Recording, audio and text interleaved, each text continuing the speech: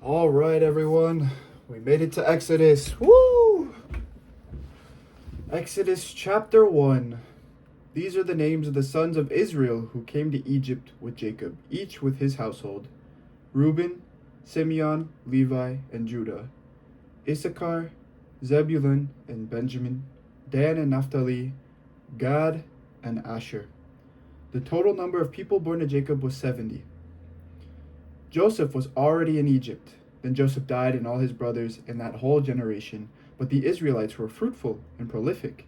They multiplied and grew exceedingly strong, so that the land was filled with them. The Israelites are oppressed. Now a new king arose over Egypt who did not know Joseph. He said to his people, "Look, the Israelite people are more numerous and more powerful than we. Come, let us deal shrewdly with them, or they will increase, and in the event of war, join our enemies and fight against us and escape from the land." Therefore they set taskmasters over them to oppress them with forced labor.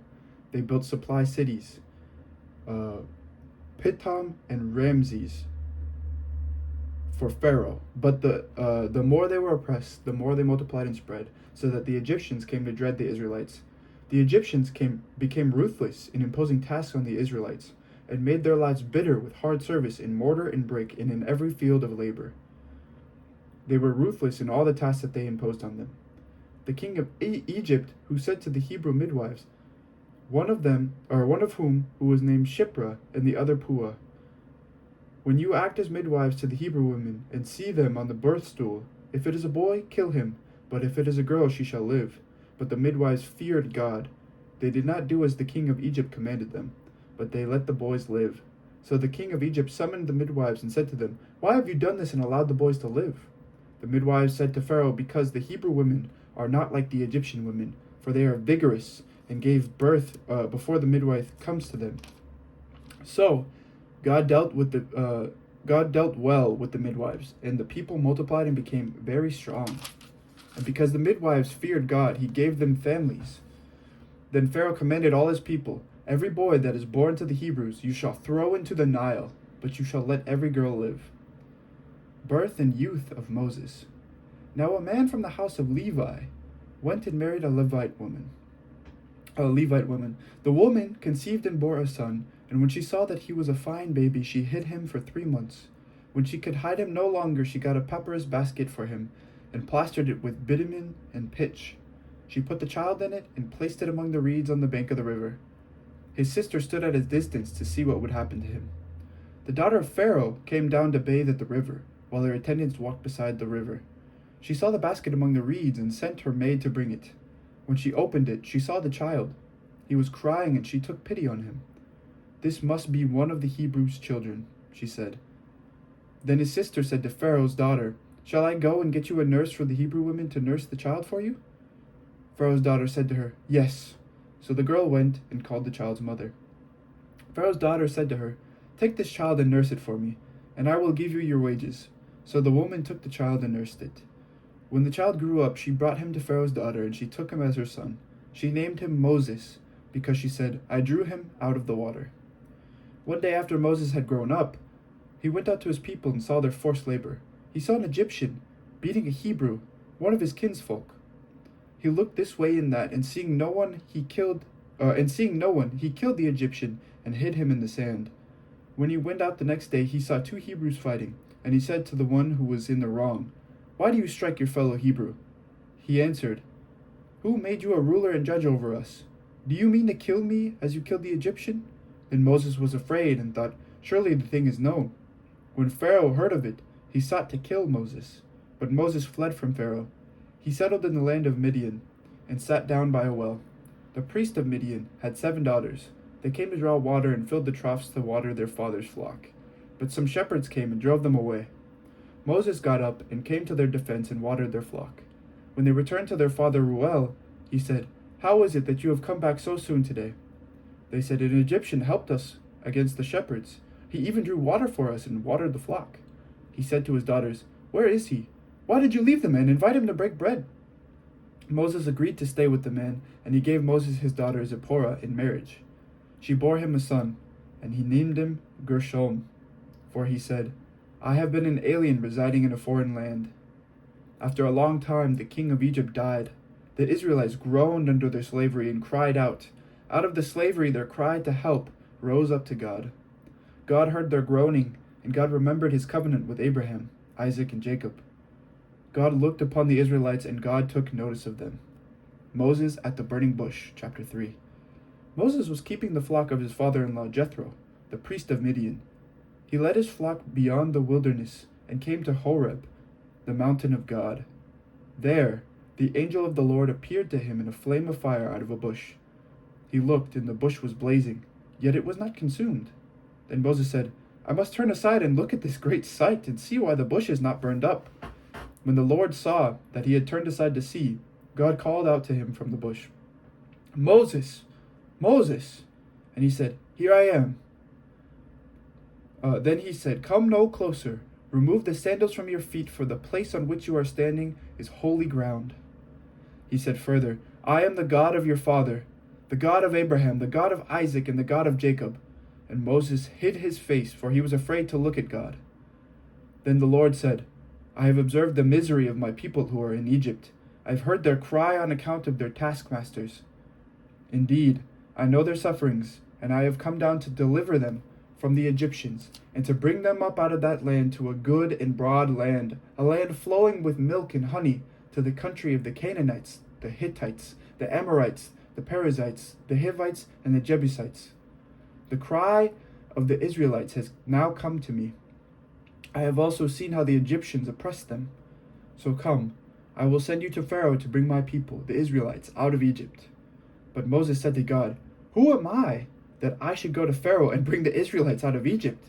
He said, I will be with you, and this shall be the sign for you, that it is I who sent you. When you have brought the people out of Egypt, you shall worship God on this mountain. But Moses said to God, If I come to the Israelites and say to them, The God of your ancestors has sent me to you, and they ask me, What is this name? What shall I say to them? God said to Moses, I am who I am. He said further, Thus you shall say to the Israelites, I am has sent me to you. God also said to Moses, Thus you shall say to the Israelites, The Lord, the God of your ancestors, the God of Abraham, the God of Isaac, and the God of Jacob has sent me to you. This is my name forever, and this my title for all generations. Go and assemble the elders of Israel, and say to them, The Lord, the God of your ancestors, the God of Abraham, of Isaac, and of Jacob, has appeared to me, saying, I have given heed to you and to what has been done to you in Egypt. I declare that I will bring you up out of the misery of Egypt to the land of the Canaanites, the Hittites, the Amorites, the Perizzites, the Hivites, and the Jebusites, a land flowing with milk and honey. They will listen to your voice, and you and the elders of Israel shall go to the king of Egypt and say to him, The Lord, the God of the Hebrews, has met with us. Let us now go a 3 days' journey into the wilderness, so that we may sacrifice to the Lord our God. I know, however, that the king of Egypt will not let you go unless compelled by a mighty hand. So I will stretch out my hand and strike Egypt with all my wonders that I will perform in it. After that he will let you go. I will bring this people into such favor with the Egyptians that when you go, you will not go empty-handed. Each woman shall ask her neighbor, and any woman living in the neighbor's house, for jewelry of silver and of gold and clothing, and you shall put them on your sons and on your daughters, and so you shall plunder the Egyptians. Okay. Moses' miraculous power. Chapter 4. Then Moses answered, But suppose they do not believe me or listen to me, but say, The Lord did not appear to you. The Lord said to him, What is that in your hand? He said, A staff. And he said, Throw it on the ground. So he threw the staff on the ground, and it became a snake, and Moses drew back from it. Then the Lord said to Moses, Reach out your hand and seize it by the tail. So he reached out his hand and grasped it, and it became a staff in his hand, so that they may believe that the Lord, the God of their ancestors, the God of Abraham, the God of Isaac, and the God of Jacob, has appeared to you. Again, the Lord said to him, Put your hand inside your cloak. He put his hand into his cloak, and when he took it out, his hand was leprous, as white as snow. Then God said, Put your hand back into your cloak. So he put his hand back into his cloak, and when he took it out, it was restored like the rest of his body. If they will not believe you or heed the first sign, they may believe the second sign. If they will not believe even these two signs or heed you, you shall take some water from the Nile and pour it on the dry ground, and the water that you shall take from the Nile will become blood on the dry ground." But Moses said to the Lord, "O my Lord, I have never been eloquent, neither in the past nor even now that you have spoken to your servant, but I am slow of speech and slow of tongue." Then the Lord said to him, "Who gives speech to mortals? Who makes them mute or deaf, seeing or blind? Is it not I, the Lord? Now go, and I will be with your mouth and teach you what you are to speak." But he said, "Oh, my Lord, please send somebody else." Then the anger of the Lord was kindled against Moses, and he said, "What of your brother Aaron the Levite? I know that he can speak fluently. Even now he is coming out to meet you, and when he sees you, his heart will be glad. You shall speak to him and put the words in his mouth, and I will be with your mouth and with his mouth, and will teach you what you shall do. He indeed shall speak for you to all the people. He shall serve as a mouth for you, and you shall serve as God for him. Take in your hand this staff, with which you shall perform the signs." Moses went back to his father-in-law Jethro and said to him, "Please let me go back to my kindred in Egypt and see whether they are still living." And Jethro said to Moses, "Go in peace." The Lord said to Moses in Midian, "Go back to Egypt, for all those who are seeking your life are dead." So Moses took his wife and his sons, put them on a donkey, and went back to the land of Egypt. And Moses carried the staff of God in his hand. And the Lord said to Moses, "When you go back to Egypt, see that you perform before Pharaoh all the wonders that I have put in your power. But I will harden his heart, so that he will not let the people go. Then you shall say to Pharaoh, 'Thus says the Lord, Israel is my firstborn son. I said to you, let my son go, that he may worship me. But you refused to let him go. Now I will kill your firstborn son.' On the way, at a place where they spent the night, the Lord met him and tried to kill him. But Zipporah took a flint and cut off her son's foreskin, and touched Moses' feet with it, and said, 'Truly, you are a bridegroom of blood to me.' So he let him alone. It was then, she said, a bridegroom of blood by circumcision." Wow. The Lord said to Aaron, "Go into the wilderness to meet Moses." So he went, and he met him at the mountain of God, and kissed him. Moses told Aaron all the words of the Lord with which he had sent him, and all the signs with which he had charged him. Then Moses and Aaron went and assembled all the elders of the Israelites. Aaron spoke all the words that the Lord had spoken to Moses, and performed the signs in the sight of the people. The people believed, and when they heard that the Lord had given heed to the Israelites, and that he had seen their misery, they bowed down and worshipped. Bricks without straw. Chapter 5.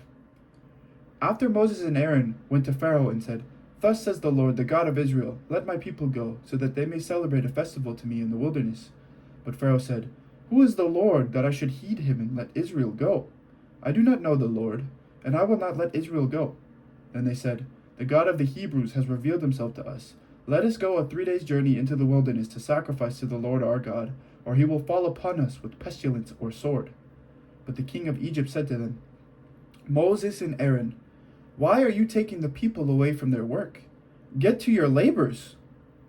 Pharaoh continued, "Now they are more numerous than the people of the land, and yet you want them to stop working?" That same day, Pharaoh commanded the taskmasters of the people, as well as their supervisors, "You shall no longer give the people straw to make bricks, as before. Let them go and gather straw for themselves, but you shall require of them the same quantity of bricks as they had made previously. Do not diminish it, for they are lazy. This is why they cry, 'Let us go and offer sacrifice to our God.' Let heavier work be laid on them. Then they will labor at it and pay no attention to deceptive words." So the taskmasters and the supervisors of the people went out and said to the people, "Thus says Pharaoh, I will not give you straw. Go and get straw yourselves, wherever you can find it, but your work will not be lessened in the least." So the people scattered throughout the land of Egypt to gather stubble for straw. The taskmasters were urgent, saying, "Complete your work, the same daily assignment as when you were given straw." And the supervisors of the Israelites, whom Pharaoh's taskmasters had set over them, were beaten and were asked, "Why did you not finish the required quantity of bricks yesterday and today as you did before?" Then the Israelite supervisors came to Pharaoh and cried, "Why do you treat your servants like this? No straw is given to your servants, yet they say to us, 'Make bricks.' Look how your servants are beaten. You are unjust to your own people." He said, "You are lazy. Lazy! That is why you say, 'Let us go and sacrifice to the Lord.' Go now and work, for no straw shall be given to you. But you shall still deliver the same number of bricks." The Israelite supervisors saw that they were in trouble when they were told, "You shall not lessen your daily number of bricks." As they left Pharaoh, they came upon Moses and Aaron, who were waiting to meet them. They said to them, "The Lord look upon you and judge. You have brought us into bad odor with Pharaoh and his officials, and have put a sword in their hand to kill us." Then Moses turned again to the Lord and said, "O Lord, why have you mistreated this people? Why did you ever send me? Since I first came to Pharaoh to speak in your name, he has mistreated this people, and you have done nothing at all to deliver your people." Wow. That's a place to end, huh? All right, this is the word of the Lord. Thanks be to God. And thank you for listening. This is the first reading of Exodus. So exciting. All right. Take care, everyone. Have a great day. Bye-bye.